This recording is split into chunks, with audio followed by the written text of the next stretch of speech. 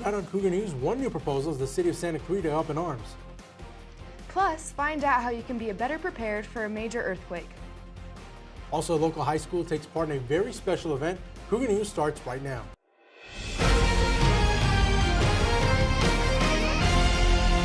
This is Cougar News. Hello everyone and welcome to Cougar News. I'm Cougar Martirosian. And I'm Lindsay Maxitopoulos. Here's what's going on in the Cougar newsroom. Just over a week ago, Southern California experienced two moderate jolts, a 3.9 magnitude in Castaic and a 4.4 in Westwood, causing a stir throughout Los Angeles County. But will residents be prepared for the big one that experts believe we're long overdue for? For second place.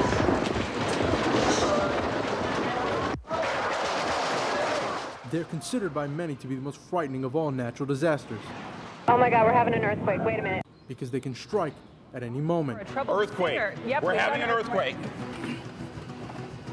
So how can Southern California residents be prepared for something that you can't prepare for? Well, they expect in the major San Andreas event, which would be in the upper sevens, they expect at least 5,000 buildings to go down. So there will be no emergency response. We're going to be left to each other. We're experiencing widespread power outages. Think of it, if 150 bridges go down and 5,000 buildings, where's the fire department going to go? I remember we were out of water in '94, flashlights, stuff like that, batteries, food. But the shake alone isn't the only thing that draws concern in Southern California, especially for those whose homes are near reservoirs. And collapse, and now we have a flood on our hands. Unlike the reservoir at Castaic Lake, the Bouquet Canyon Reservoir is just a few miles south of San Andreas Fault. So if a major earthquake were to hit in Santa Clarita, this reservoir could cause a lot of damage on its own.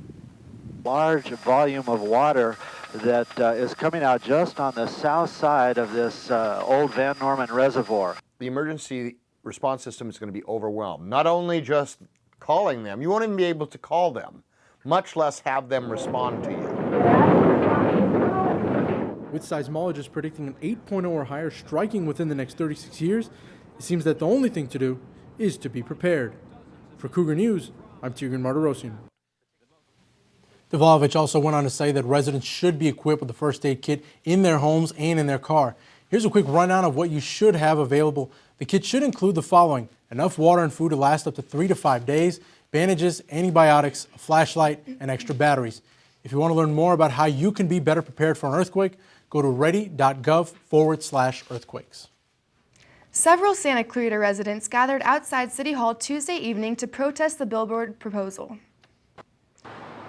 Over 118 static billboards from several businesses will be taken down, and Metro will develop 3 electronic billboards along Norland Road, Sierra Highway, and Valencia Parkway. It also gives Metro a 50-year lease the city-owned sites. One of the controversial issues of the bill is the rezoning of Norland Road from an open space reservation into a business park, despite the land being protected under the Highway Beautification Act of 1965. It was just shocked and disbelief that the city would vote in more billboards. The reality is, I came to one meeting 7 weeks ago, and in my feeling, the way the city acted, the city council, was just, in my words, shocking. They didn't read the proposal. They didn't go on the $3 million that Clear Channel offered them. They went with one company, All Vision. They did it in closed session meetings. Despite the protests, City Council voted in favor of the proposal 3-1. Santa Clarita will earn approximately $500,000 from the proposal. Attending a four-year college has never been easy financially, and for those who are planning to attend a California State University, it may have just gotten even harder. They're called student success fees, and while student success is what they promise, it won't come without the cost of $200 to $500 per semester. Unfortunately, we do not get the funding that we totally need from the state to pay for everything that we provide for our students. Due to budget cuts, more CSUs like Cal State Fullerton, Fresno State, Dominguez Hills, and San Diego State are now considering adopting the fee. While here at CSU Northridge, the situation isn't as dire. They implemented what is known as a quality fee, charging students just around $120 per semester. UCLAs and the UCs and the community colleges all have to make these choices, and they're tough choices.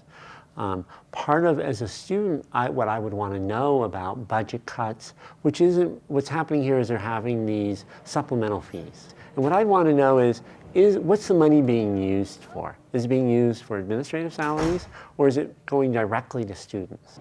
Now, many of these students are covered by financial aid, but for those who aren't, depending on the CSU, they're paying that extra money per semester right out of their own pocket.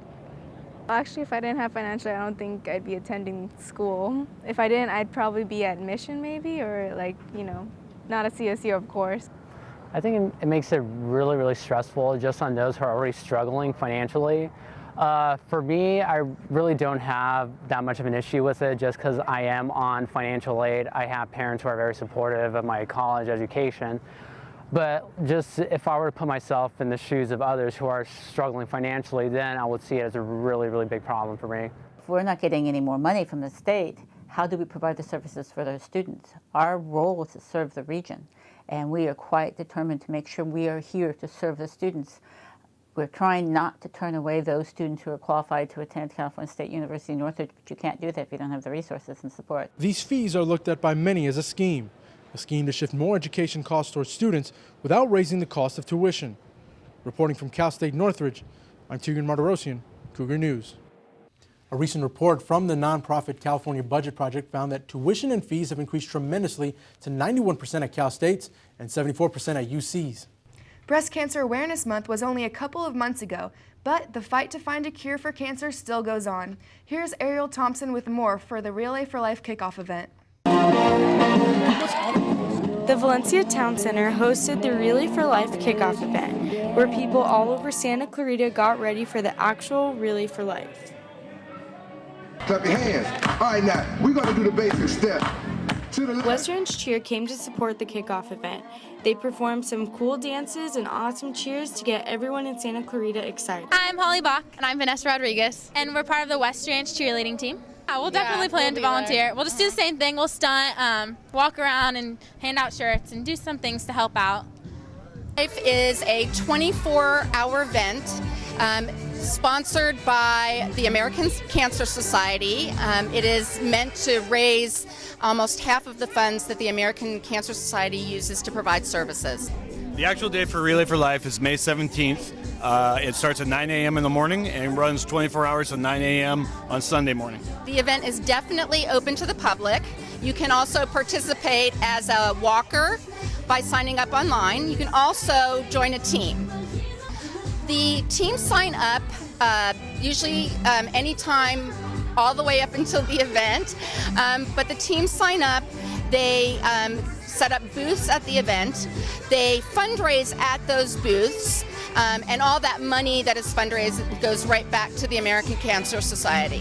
For Cougar News, I'm Ariel Thompson, and remember guys, there is no finish line until we find the cure for cancer.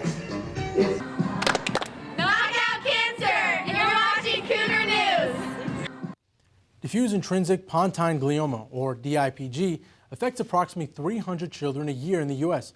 Our government lacks the same commitment to research for pediatric brain tumors, as well as other cancers. Abby Gutierrez has more. In children, brain tumors are the leading cause of cancer-related deaths. DIPG, diffuse intrinsic pontine glioma, is the main cause for these deaths. According to CureSearch.org, about 80% of deaths are in pediatric brain tumors. Jack's Angels Foundation held a fundraiser this past Saturday. The Santa Clarita community came out to support. Some children even donated some toys. Delicious, freshly home-baked goods were also being sold at a low price. So, Jack's Angels is a 501c3 charity that is committed to awareness and research for DIPG. And DIPG is a pediatric brainstem tumor that is basically responsible for 80% of pediatric brain tumor deaths each year. And one should know also that brain tumors are the leading cause of cancer-related death in children, yet is one of the least funded. Our goal is to raise awareness for this urgent need for research because with DIPG there are no survivors. My wife did this in memory of my son who passed a year and a half ago. A month before his 4th birthday, and she was just inspired because The amount of children that are afflicted by this is not that many. Only 300 a year are diagnosed in this country. But it takes up 80% of the deaths for brain tumors in the pediatric area. And pediatric brain tumors is the #2 cause of death in children in this country. If you were touched by Jack's Angels story, make sure to attend their next event being held on May 20th. For more information, visit www.jacksangels.org. I'm Abby Gutierrez for Cougar News. Joining us in studio now is Harry Parkinson, and he has more on that mysterious Malaysian Airlines situation. Harry? Thank you, Tigran. The pilot of the missing Malaysian Airlines jet is believed to be responsible for the flight being taken hundreds of miles off course. There was no evidence of the mechanical failure or a hijacking by a passenger. Possible plane parts detected by a French scanner were found in the Indian Ocean, leading investigators to suspect the fate of the missing plane. None of the parts found in the ocean, however, are yet to be confirmed as part of the Flight 370. The search through the tons of mud, crushed homes, and twisted cars continues after a massive mudslide in Washington on March 22nd. So far, the death toll is at 24, with 176 still missing. More than 200 emergency responders and volunteers are searching, including 8 Riverside firefighters. Santa Clarita City Council members have voted to extend the city's use of red light cameras in 7 major intersections across the Santa Clarita Valley. City officials have said that the program has had a positive impact on roadway safety, with fewer collisions at intersections where the cameras have been installed. In 12 months, officials will determine if the red light photo enforcement is still effective. That's the latest for the Update Desk. For more stories in and around the Santa Clarita Valley, you can check us out at cougarnews.com. Back to you guys. Thank you, Harry. And it looks like we're never going to know what happened with that Malaysian airline. 70,000 toys to a kid sounds like a crazy dream, but our own Aldo Canepa found how this fantasy became a reality.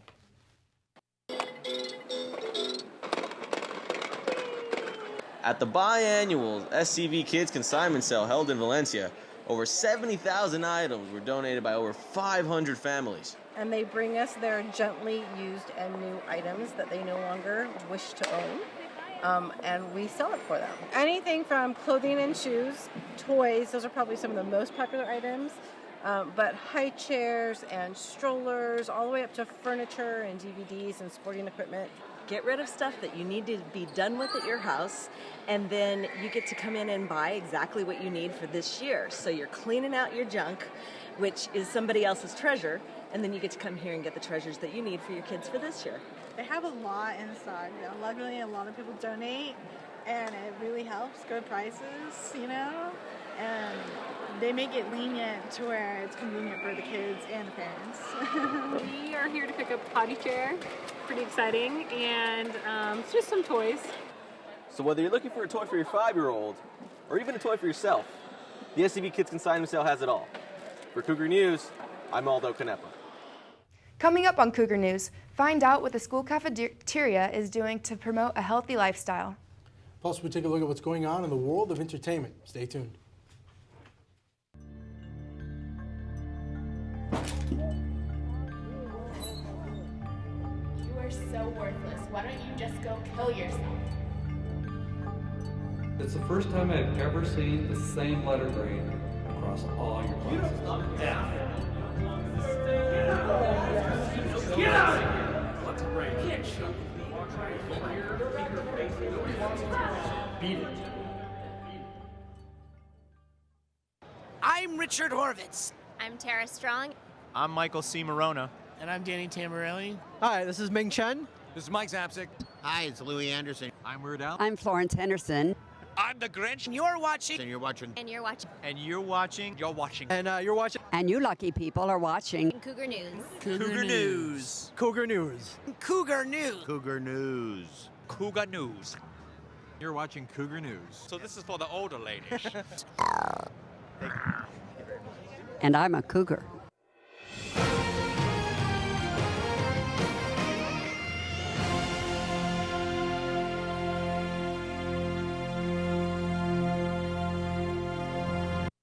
When it comes to choosing a particular candidate to support, some people might feel a little bit overwhelmed. However, the COC Political Science Club did its part in helping students become more informed about their local government as well as their voting options.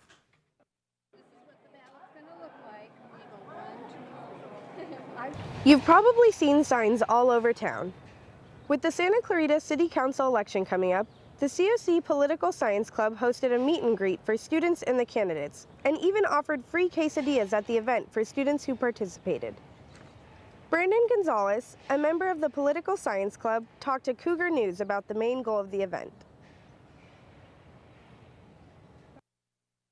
We put together this event to lend a connection between the students to the candidates that are running in this local election.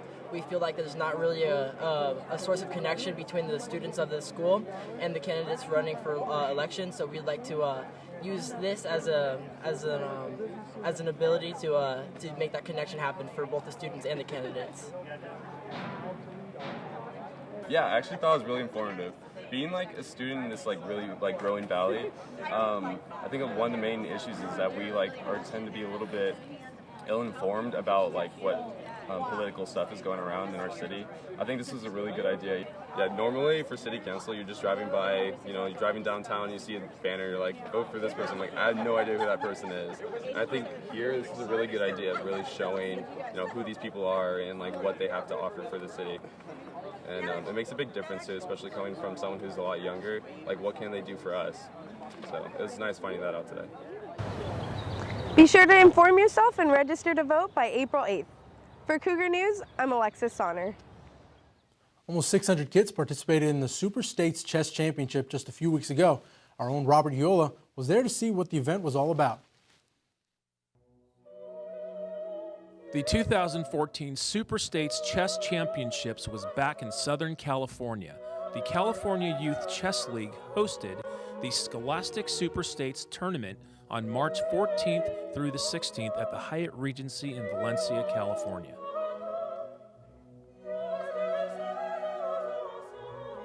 I'm Jay Stallings. I'm the director of the California Youth Chess League, and I'm on the National Scholastic Council for the United States Chess Federation.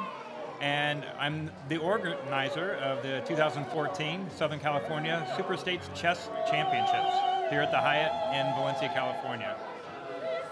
We've got almost 600 kids here playing in the event, and they're the very best chess players in all of Southern California.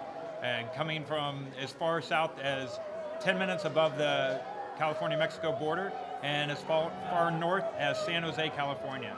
So big, huge group. Everybody's vying for tons of hardware, great trophies, and all together in a single place, battling it out.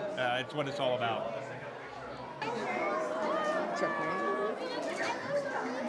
Good game. Good game. Nice job. Well, there you have it. I was just beat. I'm Robert Ulloa with Cougar News. Back to you in the studio. The Body Mind Wellness Committee puts on a seminar series each semester. This semester, the theme is Time For. Their last seminar was Time for Cooking. Last Thursday, the Body Mind Wellness Committee held an event in Aliso Hall. Students got tips for healthy, fast, and affordable meals. Registered dietitian Mackenzie Hall, who has had numerous articles appear in publications like Today's Dietitian and the Chicago Tribune, gave us some recipes for her favorite healthy meals for on the go. Brown rice salad with spiced apples and walnuts, plus sweet potato bean chili were two of the dishes that students got to learn how to prepare at last Thursday's event. I'm glad I came to this event because it really showed us what to eat and how to make time to eat, just like us as college students.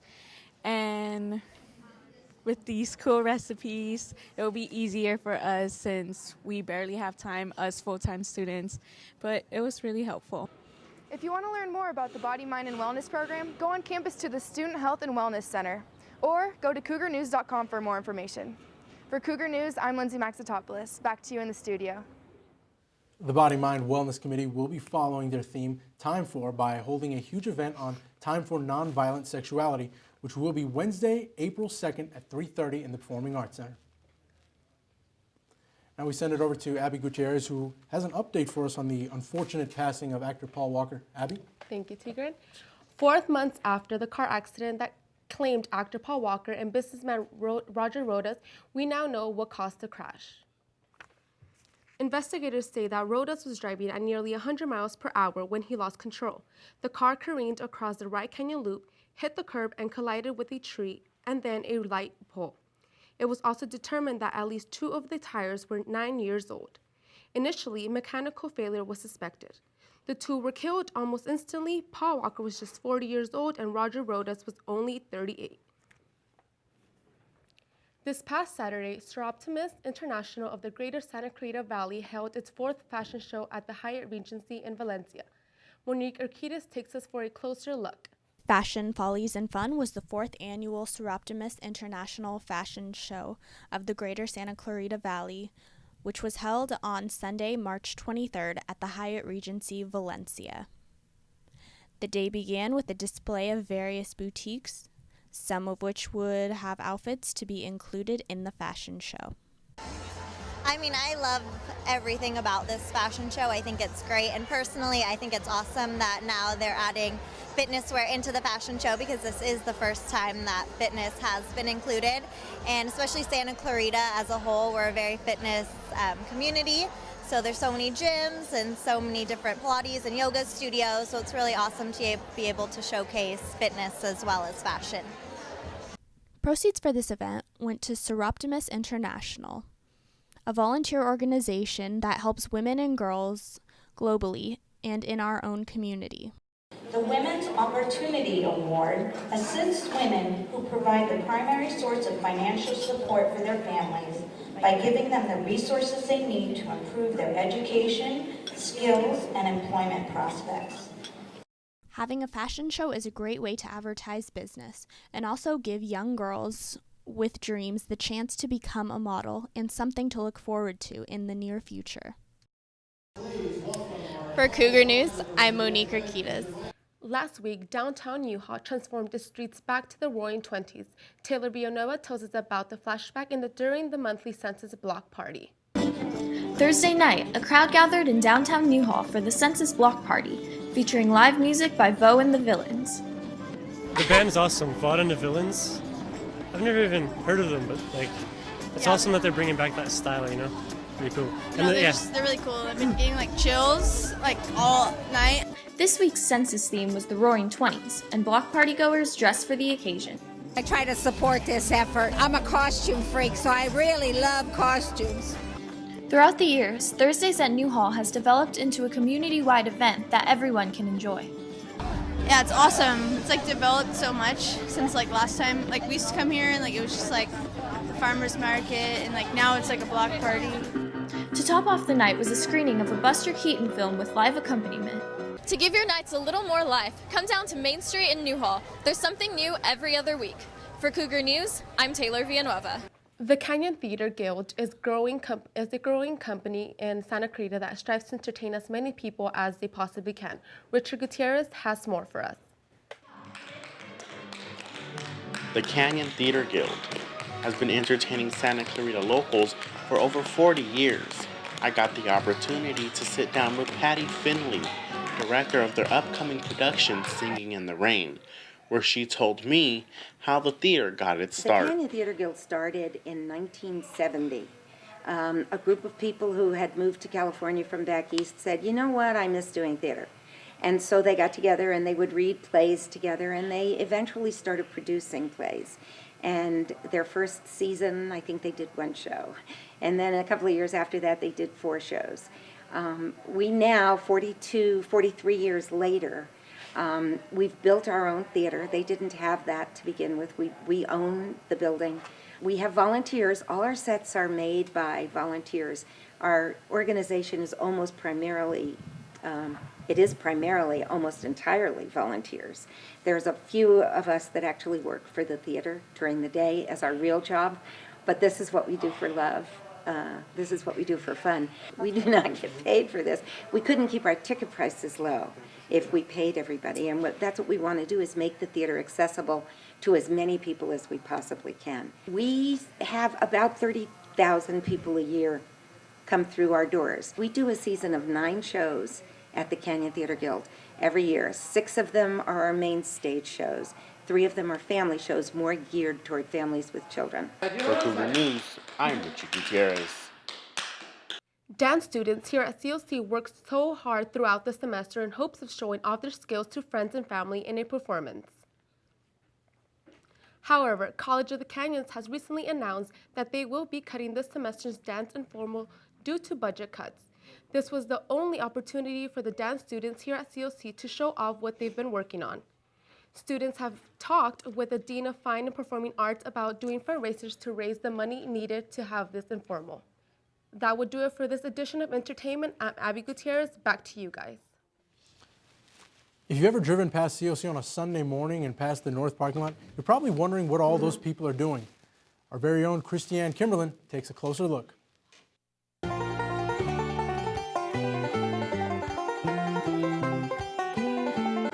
Hi, this is Christiane Kimberlin for Cougar News. I'm interviewing Ben Dominguez. He's our information officer here for the Farmers Market. Hi, how you doing? Ben, how long have you been doing this and how long has this Farmers Market been going on? It's been going on for about 21 years, and I've been here from the very beginning.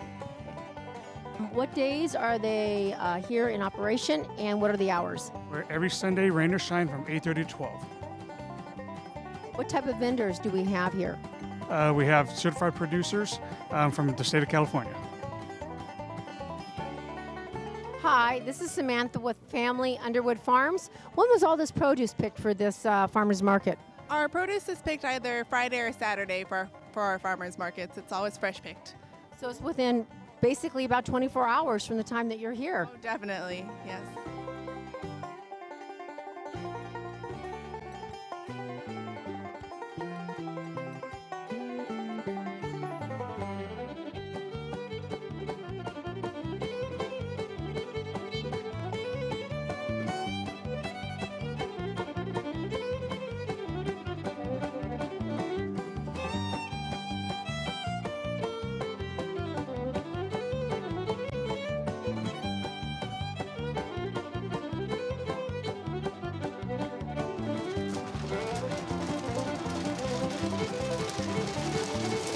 This is Christiane Kimberlin reporting for Cougar News here at Farmers Market at College of the Canyons. And back to you in the studio. The culinary school at COC is getting a new home. Heidi Mejia has the story. Did you know that the Culinary Arts program is operated out of a satellite campus in a Walgreens strip mall in Castaic?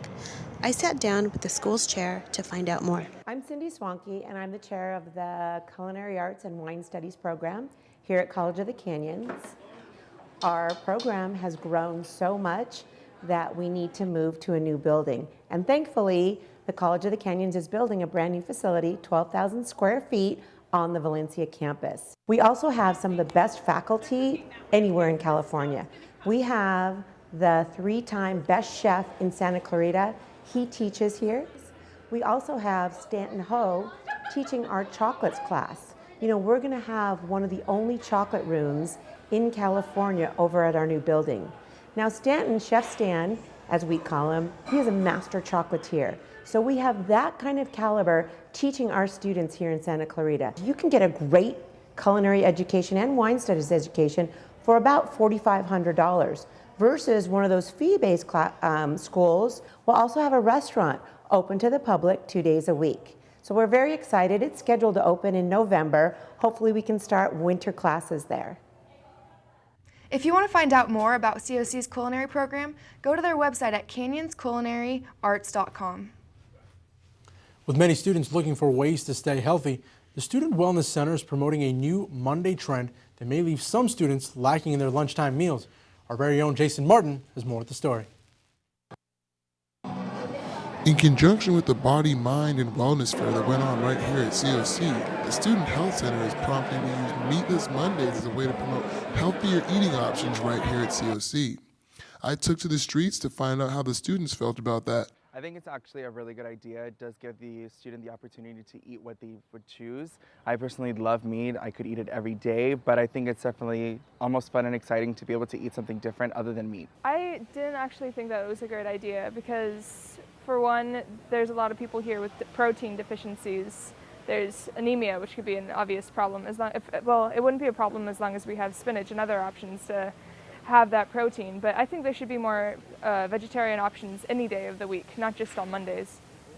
Personally, I don't like it because I do like meat and I understand we're trying to do healthier eating, but it seems like nowadays everything that's in our food pretty much has some type of effect on us. That's just my opinion. Although I don't hate on vegetarians or people who take the vegetarian route. I mean, personally, I would rather have a steak and a salad than just a salad. For more tips on how to eat healthy besides just Meatless Mondays, don't forget to visit the Student Wellness Center right here at COC or to visit them online at canyons.edu/Student Health Center.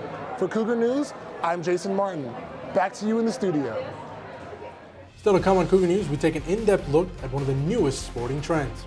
Plus, stay tuned for our newest edition of sports. You're in the mood for endless Italian dishes? Vincenzo's Pizza is your one-stop shop. From their hand-tossed thin crust pizzas, to their meaty Chicago dogs and their toasty sandwiches, to their creamy chicken Alfredo pasta. I love their chicken Alfredo pasta. Vincenzo's New Hall has exactly what your appetite desires. With fresh ingredients, 12 cold beers on tap, and live entertainment on the weekend, you will not be disappointed. Vincenzo's Pizza, inch for inch, the best pizza in the Santa Clarita Valley.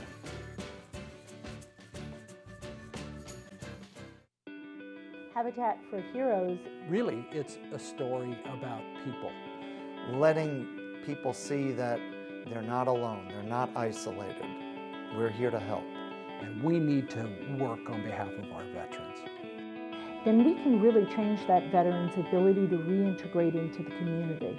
Habitat for Heroes is not just rebuilding homes, but it's rebuilding lives. And that's the message we want to get across. Get involved. Visit habitatscv.org and find out how you can help.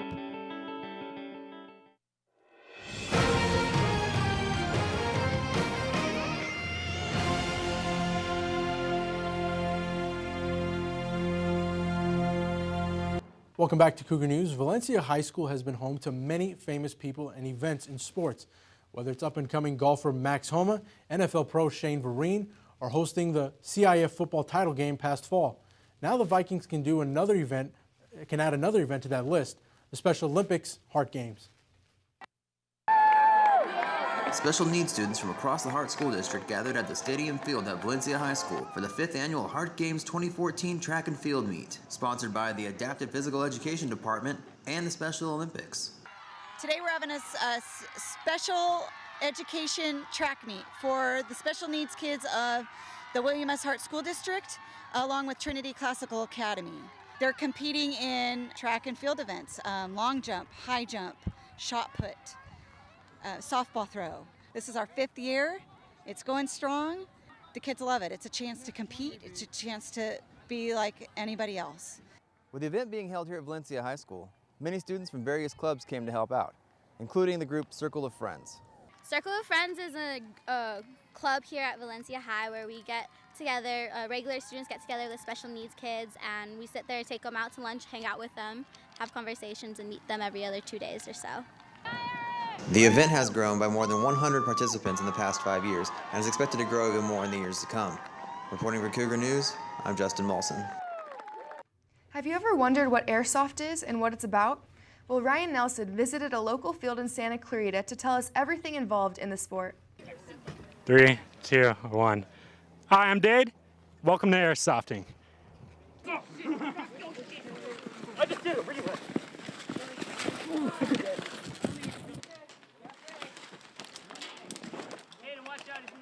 I know. So my gun runs off of a gearbox.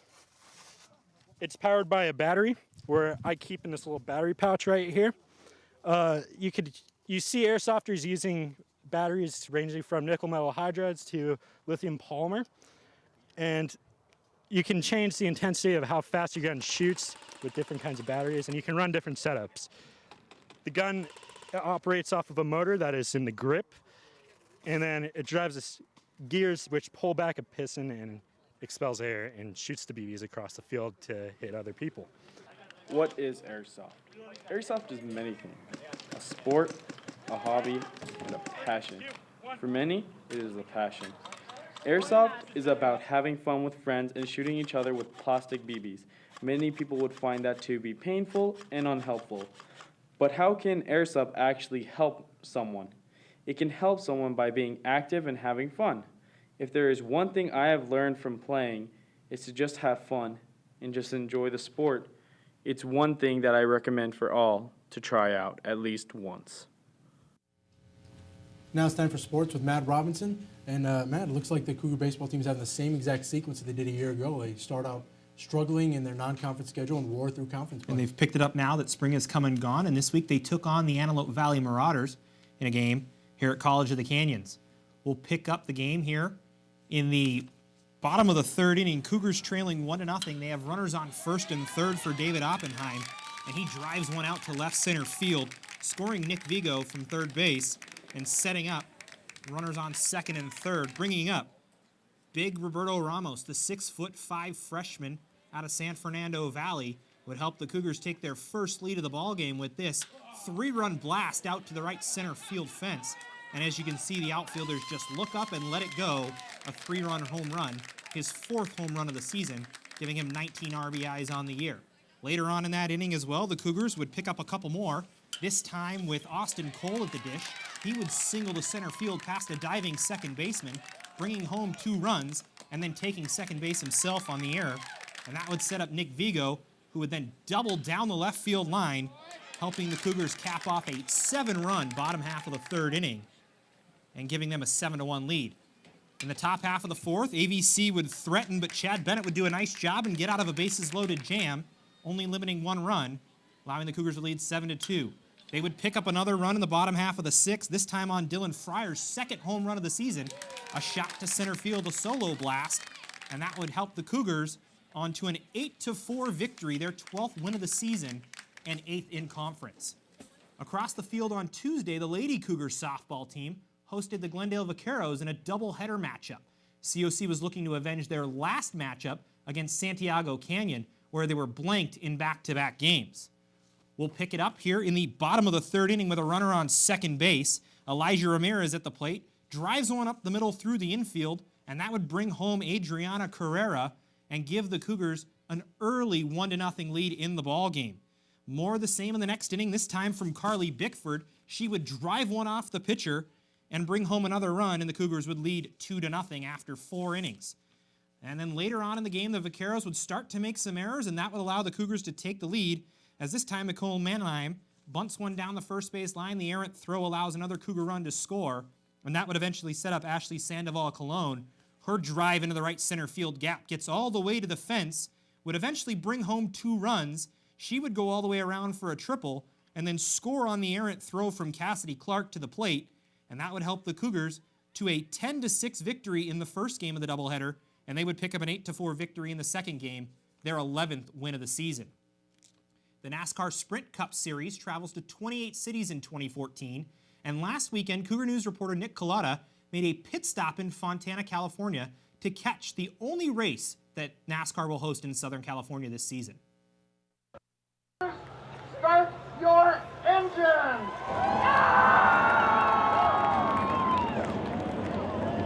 There are 36 races on the Sprint Cup schedule, and last Sunday, the Auto Club 400 welcomed longtime fans along with others who got their first taste of the Sprint Cup Series. It's my first time here. My boyfriend brought me here. He's from Virginia, which he goes to the races a lot. So he brought me and my son here, and we're all 3 different fans of people. The oval at the Fontana Auto Club is 2 miles long, and the drivers race for 400 miles.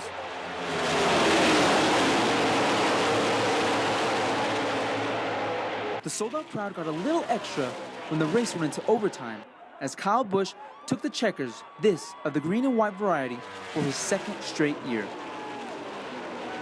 This is one of the best places to come to watch that race. It's incredible. And the fact that Kyle Busch won it at the end, if you watch the whole race with the white checker and the whole thing, I mean, it's just incredibly amazing. You couldn't get better than this. From Fontana, California, I'm Nick Collada, Cougar News. Every sports team at COC is recognized as a major part of campus life. However, there's one team within the athletic department that receives little recognition from the everyday sports fan at COC. This week I was able to take an inside look at the athletic training department and learn more about the group that supports each and every student athlete here in the background.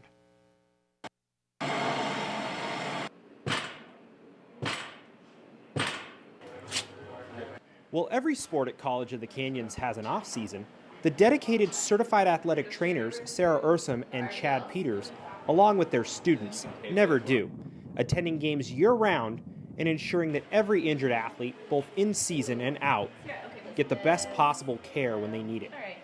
I really enjoy working with community college athletes because most of them, if not all of them, have the goal to get a scholarship and move on to the next level. So being able to help them realize those dreams, usually in the form of injury prevention or injury rehabilitation after they've been hurt. Athletic trainers use many different methods to rehabilitate injured athletes, including ice, moist hot packs, and therapeutic exercise. In addition to working with hundreds of athletes here at College of the Canyons in the treatment, prevention, and rehabilitation of athletic injuries, Chad and Sarah also teach classes, passing on their knowledge of the field to the future athletic trainers. The fact that we have hands-on here and we're able to work with the athletes and we're able to do rehabs and be side by side with Chad and Sarah and actually do it instead of them doing it, I think that's a really unique thing. In addition to the hands-on experience that each student receives at College of the Canyons, they're also given ways to gain athletes' trust. Communication, that's the biggest thing. Yes, you have to learn the anatomy, the physiology, you have to learn how to evaluate injuries, how the body works, but if you can't communicate that to the student athletes, then it doesn't matter, because the student athletes have to feel like that you're doing the best treatment possible for them. If you would like more information on the athletic training program here at College of the Canyons, visit the department's page on canyons.edu and click the link for athletic training at the bottom. That'll do it for the sports report this week. We'll send it back to Tigran over at the news desk. Now, for baseball fans, spring usually means baseball, but for the rest of us, it just means allergies. When it comes to sports, how far would you go to be the best? Many Santa Clarita athletes are flirting with the idea of turning to performance-enhancing drugs.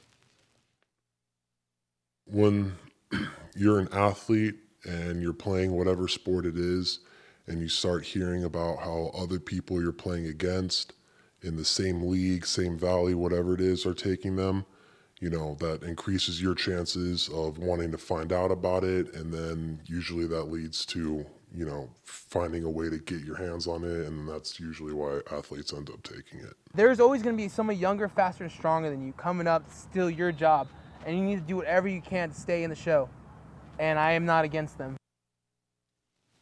Please join reporter Darian Nori as she takes an exclusive look into the PEDs and student athletes. Every high school has a rivalry in sports. Although the basketball season may be over, senior all-stars have one last chance to compete against each other, all in support of a great cause. Alyssa Dickert has more. It's the Battle of the All-Stars as the top senior boys and girls of the Santa Clarita Valley will compete in the Signal's 5th annual SCV Hoops finale. March 29th, players will be competing to benefit the Wish Education Foundation, which helps special needs students within the William S. Hart Union High School District. The event consists of both a boys' game and a girls' game, and the high school teams are divided differently each year depending upon various components. We basically split the teams that we think would be most competitive. We kind of look at size, we look at who scores how many points, we look at the individuals, we look at the athleticism, and put it all on two teams. The girls' game will feature the Foothill League's co-players of the year, Sandra Ikiora and Callie Vitalo. Ikiora from Valencia requested to play against Vitalo from Canyon since the two teams split the Foothill League title during the regular season. And the best part about the games? No practice. It's like flying by the seat of your pants. During halftime, there will be a three-point contest for the girls and a slam dunk contest for the boys. Foothill Player of the Year from Hart, Lewis Stallworth, is eager and hopes to win the contest. The event will be held at West Ranch High School, and all the proceeds will be given directly to the Wish Education Foundation. A great opportunity to come out and benefit those kids that need a little extra assistance. $5 at the door. Enjoy watching really great local basketball and stay for some really great food trucks. The competition will be fierce as the all-star basketball players battle it out on court, but all to benefit a great cause. The event on March 29th begins at 4 p.m. with the girls tip-off at 5 p.m. and the boys game starting at 7 p.m. Reporting for Cougar News, I'm Alyssa Dickert. That does it for this edition of Cougar News. I'm Tigran Martirosyan. Remember, you can catch us on the web at cougarnews.com. And I'm Lindsay Maxitopoulos. You can send us news ideas or story tips at cougarnews.com. Thanks and good night.